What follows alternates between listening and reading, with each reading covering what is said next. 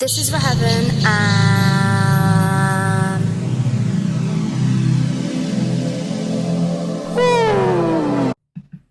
I don't remember my keybinds again. JoJolion. I don't know, dude. I don't remember my keybinds. I got to get this done within about what 13 minutes, 12 minutes. Shit. So JoJolion chapter last 110. The end of JoJolion. We already know part 9 is confirmed. I think the best of us assumes it's gonna be a part 9. With how immediate part 9 is confirmed, I don't know if because my timeline is pretty much predicated on the thought that he's going to take like years off for this, and he does not appear he's going to take off years for this. Maybe the rest of this year, roughly. But I think that with this, well, actually, I don't want to talk about it too much. But my thought process is with how fast it got announced. I believe that this chapter is going to be pretty much sending it off to part 9. If you remember, part 4 was kind of the basis of this, and there was not a send off in part 9, or part 4. Part 3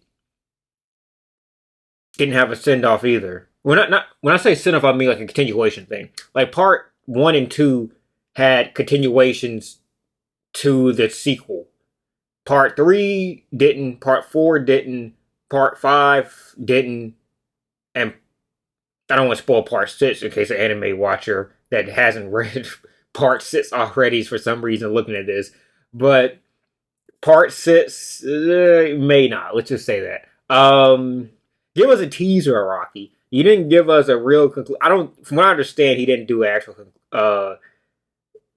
He didn't go back to the main timeline of this part in this chapter. I'm not sure if he did or didn't, but as I understand, he didn't. From what little I've seen on the timeline.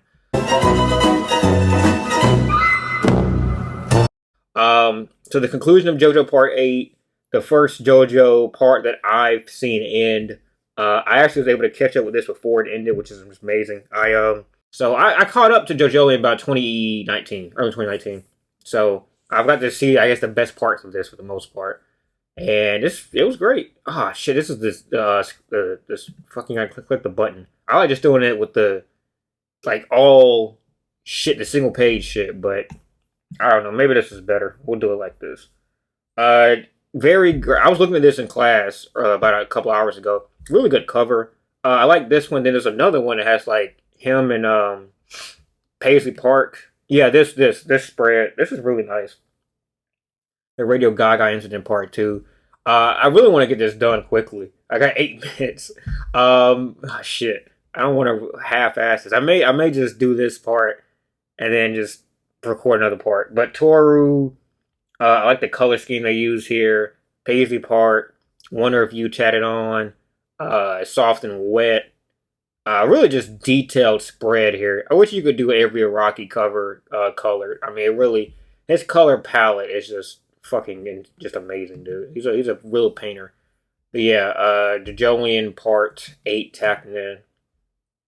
The guardrail is alive. And Lucy is still getting dragged out here. Look at him. Look at it. I don't know. Look at they. Fucking eyeball and shit. So Lucy's getting dragged in. My Getta. Does she have a stand? It's kind of like a siren song type of thing, isn't it? That like, haha, guard would have attacked us. Okay, so he's stuttering is what I'm getting from this. He's like, just exasperated and stuttering. Alright, cool. I was like, what the fuck is he doing? All the living things I know aren't as hard or dry as that. Guardrails are a bit dry. Do you have some kind of illness? Oh shit. Oh shit, no. Wait, there's no reason she'd have the curse. So I don't know what she's going through. But he didn't. He said that for a reason, I'd imagine. Lucy's going through it, bro. Oh God, holy. Okay, so it wasn't. He didn't get thrown in. No? My man, guardrail stand. He doesn't give up. Jesus, that's fucking repulsive. That might be the nastiest shit I think Araki has drawn. It'd be a nice time somebody to break out a stand right now. Let go. Dude, even if something as macabre as this, fucking Araki is still make this shit funny. He's gonna do an aura. Let's get it. The one-handed aura.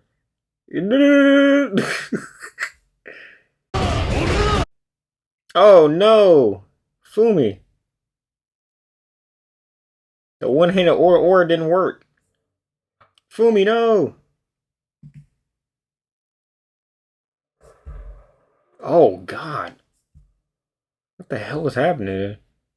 It's like a fucking wood chipper. All right, in 2 minutes, I gotta step out for a second. I'll come back. Did she notice that he's a Joestar?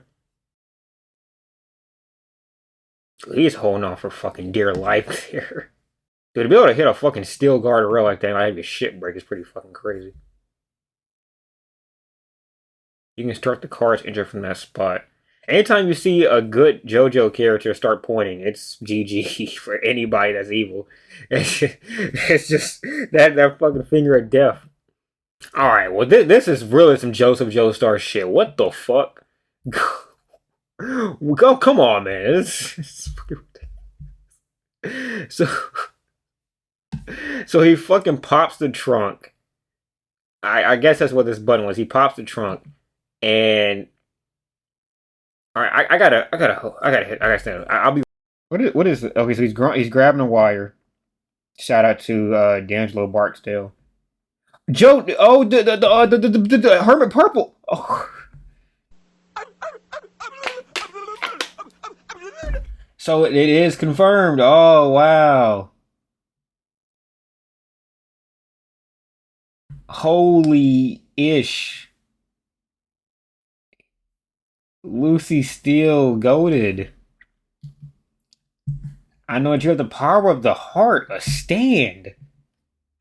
Hermit the Poopaloo. It's like electricity, kind of. Like he's able to control the engine and the car, in effect. Like he turned Hermit Purple into kind of I guess a limb, essentially. A limb, kind of like how Joseph used it. I'm trying to see any differentiation between like electricity flowing through it or what. Hamon, but he shouldn't have the power of Hamon, I would think. Or spin in this continuity. But yeah. But that just did Araki just do that for like a callback?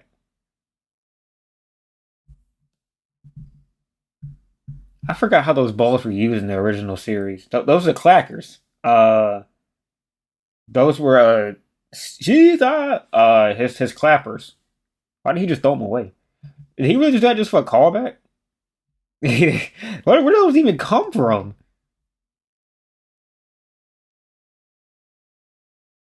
I, so Araki just did it for a callback? I don't. There's no relevance of that whatsoever. Okay, cool, Araki. But yeah. So Joseph Joestar. It was confirmed. A lot of people thought that based on the way the family tree was kind of set up and the way the timeline worked out, that this was going to be Joseph Joestar and end up being gee gee ga ga ga ga ga ga ga. I'm sorry. I thought it was based on Radio Gaga or Lady Gaga. I think it's based on like a Queen song or some shit, if I remember correctly, based on S Force's video. Fumikon, let me ask you one more time. I want to know your name. I think most likely I know you. Lucy-san, I know my back is shaky, but try to hold on. It's Joestar.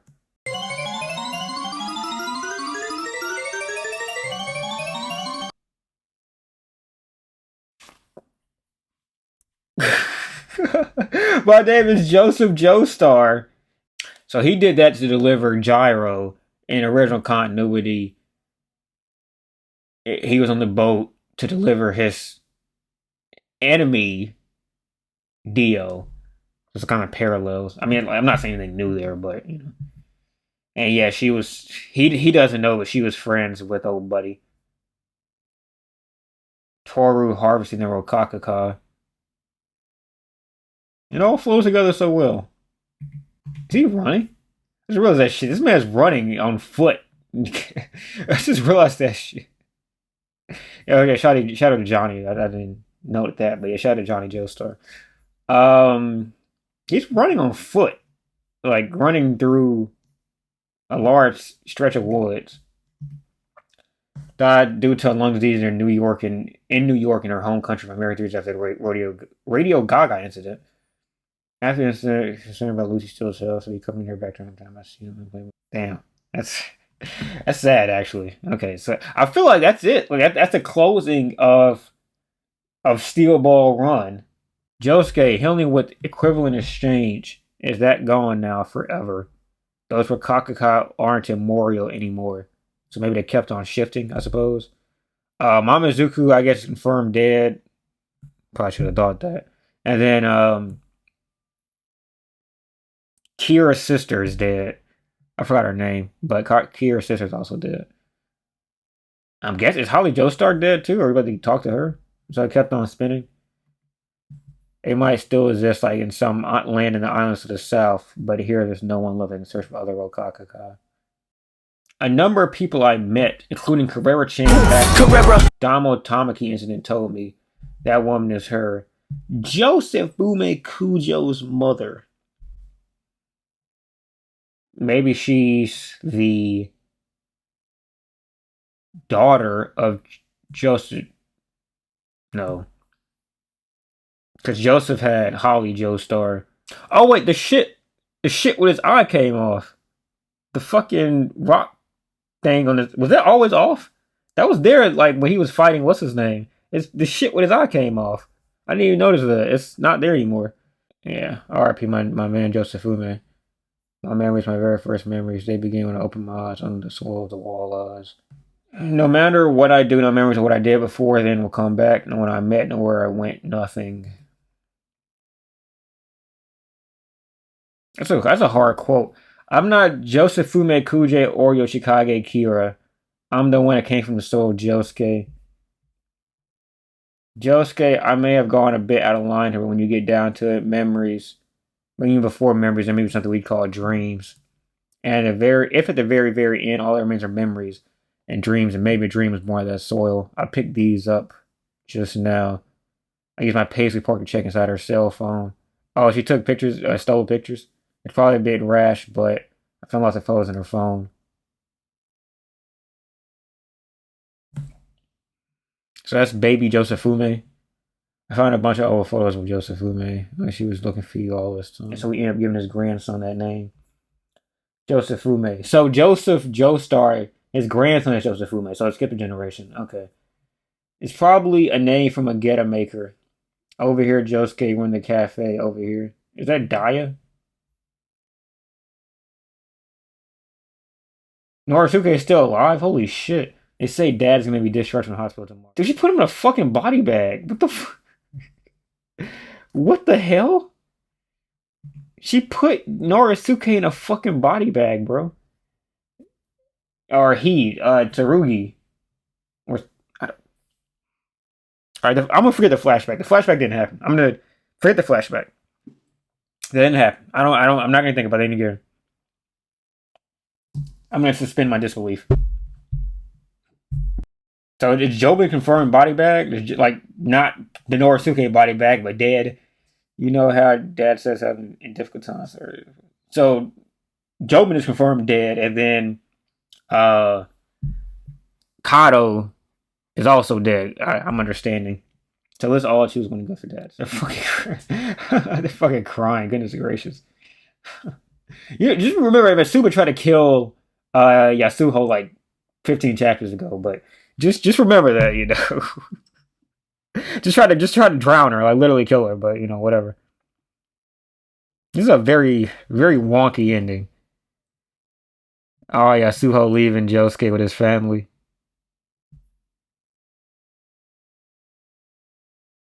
That's a sweet ending. It's not a good one, but it's a.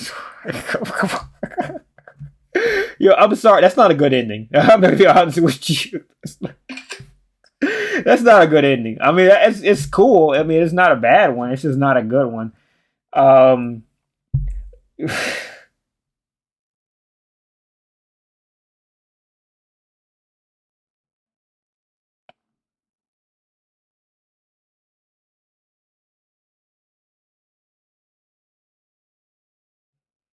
I mean, I if you disregarded this being a JoJo like universe and just like it was a one off, because if you think about part four was kind of, even though it contained multiple Joestars and a lot of aspects from other parts, it was supposed to be kind of like this one-off unique thing. Like it was the slice of life anime. It had a lot of elements that weren't even like present before or after. I would say until part 8 again in the universe. It wasn't. The thing was, it wasn't as central around that Josuke. Like it was. It really, like, the conflict was in essence this killer against Morio, and a lot of the guys he ended up, kind of honing in closer um to the Joestars and their situation. But I mean, the whole idea is like you need to find this killer and get him out the paint. But it wasn't centered around Josuke per se. This is like Josuke's story, really, and it's hard to, I guess, suspend like the Joestar universe belief when you kind of have in this chapter like half of it is centralized around other Joestars, but then you can put it back in the context and say, hey, they still have the fucking baby arm, dude. She left him with a fucking baby arm, bro. Yasuho's a bitch. She left this man with a fucking baby. This man has to have this for the rest of his life because Yasuo got his shit snapped off. Are you fucking kidding me? There's a fucking baby. There's a baby arm forever because of fucking Yasuo. That's awful. As awful a person as Joshu is, he doesn't deserve to have a fucking baby arm for the rest of his fucking life. And they don't have any Rokakukai anymore, so he can't do anything about it. He has a fucking baby arm for life because of fucking. What the fuck? How the hell do you. Alright. My homeboy, that is like the JoJo stan, was pissed for a while with the way this ending was going. And I was like trying to kind of, aid him in this process because, like, I think that Araki did what Araki wanted to do. And what Araki wanted to do changed, I think, at some point along the way. I don't think he wanted to make a conventional surprise villain comes out and is Higashikata against Higashikata, or is Higashikata's against surprise villain, or is the whole family just blows up type of thing. I think he wanted to do that at one point, and I think you kind of see that in the way the writing turned out. And you could just say Rocky's being subversive and just use that as a front to get us riled up before he did his, ultimatum, which was Toru just killing everybody. And then Toru has to get stopped by the Higashikatas as a combined unit. This doesn't feel like a good ending. This feels like a bad ending. More than anything, it feels like a not satisfying follow up to a bad ending of of an arc. I won't say One Review is a bad arc, but the ending to One Review was bad. I think that's pretty easy to come to that conclusion. Now, it's not objectively bad. It's just subjectively there's some things that you would have liked to go a different way. Like, if you are changing your entire kind of ideology about the way you want to end a series kind of halfway into an arc, then usually it's going to be very off-putting. And I mean, even Tide Kubo, who came back with Bleach last month, did that with his series quite a bit. I think he had the rough idea that he wants to have Ichigo win against Yuhabak, but the way he got to that part was severely different. I think at the end, he wanted Araki to have Josuke be a Higashikata. And he wanted some remnants of the Higashikata family to still be important. Family, memories, familial love. I think all of Josuke kind of wanted an identity. That was also if he kind of wanted in this from the jump. But the way that Araki got to that point pretty much waved severely out this way. You can't see me, but like severely out this way. And then curved back in on road. I mean, like, you'd have to kind of ignore like almost probably 1/5 of the entire series to like feel like we got to this vibe. to where it was just head doctor against Higashikata's. Like, you have to ignore a lot to get to that point. A lot of content. And, you know, it sucks because even from the jump, Josuke's supposed to have like these kind of, you know, fights against every individual Higashikata, or these spats. And he gets to the one with Josuke, and then we get several mini moments that should have, I think, feel like they culminated in one big, maybe not fight, but at least some kind of contentious moment. And even with him damn near killing Yasuho, that never gets really brought up. And then Jobin dies. And I just like, I'm gonna give further thoughts about this later. I'm gonna do this, and then I'm going to do a separate JoJo video that kind of not ties in, because I don't know enough about the minutia with JoJo to do a call in from this to part 9, whatever that is. Obviously, the island in the south that he referenced, that wasn't just for nothing. That's going to obviously matter. But I think for the most part, just like with part 4, most of what happened in part 8 is going to be self-contained. I don't think most is going to matter. I don't think Yasuho is going to matter. I don't think Josuke part 8 is going to matter. I think the Higashikata estate is not probably going to matter very much. I think the bloodline of the Joestars will. But obviously, as you saw in the family trees, other ways to get to that point. We have a confirmed Joseph, which means a confirmed Jotaro is going to exist. Now, that Jotaro, as many people believe it to be, is between Josefume let's just say Josuke. There's elements of Jotaro in the Josuke we got. So maybe they want to do it to where, you know, Josuke is actually the quote-unquote Jotaro, as Jotaro is in part 6 and Summer 5. Maybe he just has a kid, he like just gets out the paint, and that kid ends up being like some JoJolion Giorno hybrid. Who knows? But it's obvious that there's going to be a Giorno JoJolion entity at some point. We've gotten every single other Joestar. There's no reason to break tradition now.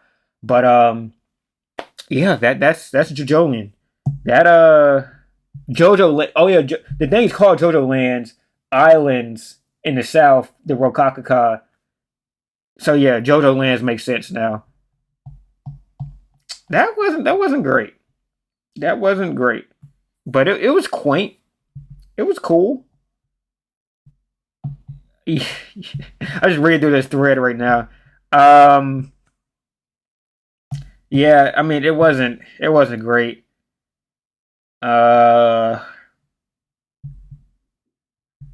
It wasn't bad. It wasn't great. But it's another thing, man. It's just another thing with Araki. Araki, I don't think Araki can do a good ending. I think if you had to do the Code Geass, I fucking love the Code Geass ending. If you had the guy who did the Code Geass ending, and you had him do, like, just sub him in for every ending to every part of JoJo, it'd probably be a lot worse because only Araki can read Araki's mind. But if it wasn't way worse, it'd probably be fucking incredible. Because that Code Geass ending is so fucking well done. And Araki's endings are so, like, they're not good. I'm gonna be 100 with you. Araki has, like, part 1 has a good ending. It's kind of feel good, but it's a good ending.